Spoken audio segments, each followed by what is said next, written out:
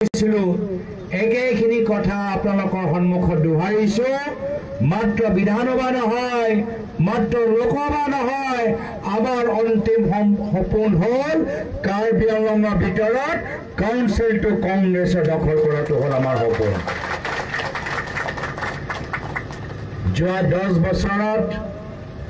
বহুতখিনি আশা আৰু মিছা প্ৰতিশ্ৰুতি বিজেপি দলে দেখালে বহুতখিনি কথা কলে মিঠা মিঠা কথা কলে চাকৰি পাব উন্নতি হ'ব মাটি পট্টা পাব উদ্যোগ হ'ব শিক্ষা লাভ কৰিব চিকিৎসা লাভ কৰিব বহুতখিনি কথা কলে কিন্তু প্ৰতিটো কথা মিছলীয়া আৰু এতিয়া যেতিয়া ৰাইজে সুধিছে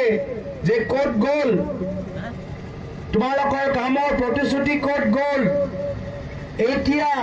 যেতিয়া ৰাইজে হিচাপ বিচাৰিছে যে ক'ত কাম হ'ল এতিয়া বিজেপি দল ৰাইজৰ আগত নিজৰ মুখখন দেখাবলৈ ভয় কৰিছে ৰাইজৰ প্ৰশ্নৰ উত্তৰ দিবলৈ ভয় কৰিছে ৰাইজে আজি কংগ্ৰেছৰ সভাত আহি সাহস লাভ কৰিছে ৰাইজৰ হে বৃদ্ধি হোৱা সাহস চাই এতিয়া বিজেপি দলে ভয় কৰিছে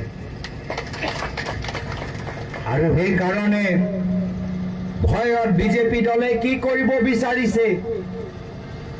জনসাধাৰণক ভয় খুৱাবলৈ বিচাৰিছে সাংবাদিকসকলক ভয় খুৱাবলৈ বিচাৰিছে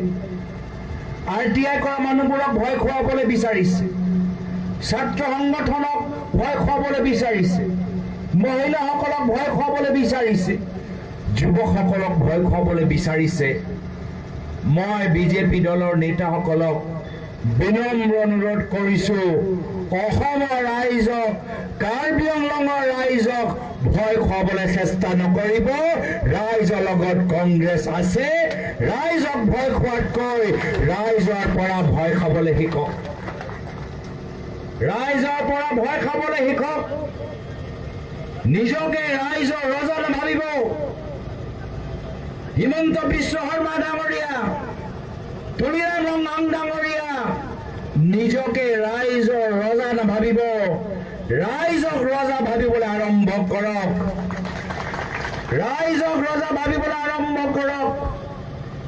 আহা বিধানসভা নিৰ্বাচনত এই ৰাইজৰ আঙ্গুলিত ইমান শক্তি আছে আপোনালোকৰ পৰা এই ক্ষমতা গাড়ী লৈ যাব অসমৰ জনসাধাৰণে আৰু তাৰ পিছত কি হ'ব তাৰ পিছত আপোনালোকৰ ওচৰত সেই 24 জনীয়া সিকিউৰিটি নাথাকিব আপোনালোকৰ ওচৰত সেই গৃহ বিভাগটো নাথাকিব আপোনালোকে সাধাৰণ মানুহৰ দৰে অসমৰ ৰাইজৰ মাজত থাকিব লাগিব ৰাইজৰ প্ৰশ্নৰ উত্তৰ দিব লাগিব আৰু সেই কাৰণে মই এতিয়া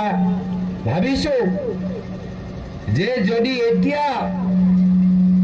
যেতিয়া তেওঁলোকৰ ওচৰত ক্ষমতা আছে ৰাইজৰ পৰা ভয়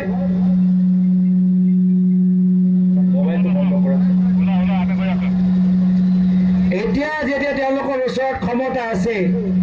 এতিয়াৰ পৰা যদি ৰাইজক ভয় কৰিছে যিদিনা ক্ষমতা হাতৰ পৰা গুচি যাব কিমান তেওঁলোকে ভয় কৰিব মই তাৰ অনুমান এতিয়া পাইছো আৰু সেই কাৰণে মই যোৱাকালি কলো যে হিমন্ত বিশ্ব শৰ্মা ডাঙৰীয়া বিধানসভা নিৰ্বাচনৰ পিছত অসমৰ ভিতৰত দেখা নাপাব ভয়তে অসমৰ পৰা গুচি যাব ক'ত যাব ডুবাই বা যাব ছিংগাপুৰ অসমৰ মাজত থাকিব নোৱাৰিব অসমৰ মানুহৰ খুব তেওঁলোকে সন্মুখত ল'ব নোৱাৰিব অসমৰ মানুহে যি ন্যায় দিবলৈ বিচাৰে অসমৰ মানুহৰ মাজত থাকিবলৈ ভয় কৰিব অসমৰ মানুহৰ পৰা বিদায় ল'ব হিমন্ত বিশ্ব শৰ্মা ডাঙৰীয়া আহা বছৰ গুচি যাব ডুবাই বা ছিংগাপুৰ তেওঁ হ'ব NRI হ'ব কিন্তু অকলে গৈ তেওঁ ভাল নাপাব অকলে বাহিৰত গৈ কোন ভাল পাব লাগিব নিজৰ লগত বন্ধু, লাগিব নিজৰ লগত এজন সতীৰ্থ। এতিয়া আপোনালোকে কওক, হিমন্ত বিশ্ব শৰ্মা ডাঙৰীয়াৰ লগত আৰু ছিংগাপুৰত কোন আমি দেখা পাম, সেয়া হ'ল আপোনালোকৰ চিফ তুলিৰাম ৰংহাং ডাঙৰীয়া। দুয়োজনে ছিংগাপুৰ গৈ খুব ভাল পায়নে, হয়নে নহয়? আপোনালোকে চাব, অহা বিধানসভা নিৰ্বাচনৰ পিছত ৰাইজে যেতিয়া কংগ্ৰেছৰ নেতৃত্বৰ চৰকাৰ গঠন কৰিব, পিছদিনা হিমন্ত বিশ্ব শৰ্মা ডাঙৰীয়া, তুলিৰাম ৰংহাং ডাঙৰীয়া ছিংগাপুৰত টিকেট কাটিব, ছিংগাপুৰ গুচি যাব।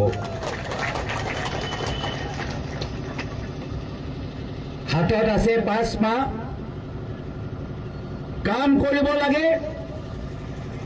থলুৱা উদ্যোগক সহায় কৰিব লাগে। এইখিনি কাম কৰা নাই, উল্টা কাম কৰিছে। 5 মাহ আছে, কিমান আমি বাহিৰৰ উদ্যোগক, ডাঙৰ ডাঙৰ ধনী মানুহক আমি ঠিকা দিব পাৰোঁ, সেয়া লৈ তেওঁলোকে ব্যস্ত।